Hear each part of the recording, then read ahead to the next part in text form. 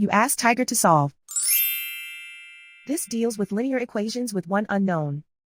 The final result is b equals -20. Let's solve it step by step. Simplify the expression. Expand the parentheses. Simplify the arithmetic. Group all constants on the right side of the equation. Subtract 15 from both sides. Simplify the arithmetic.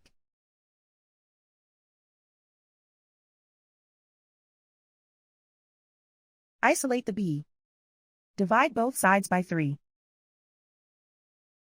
Simplify the fraction. Find the greatest common factor of the numerator and denominator.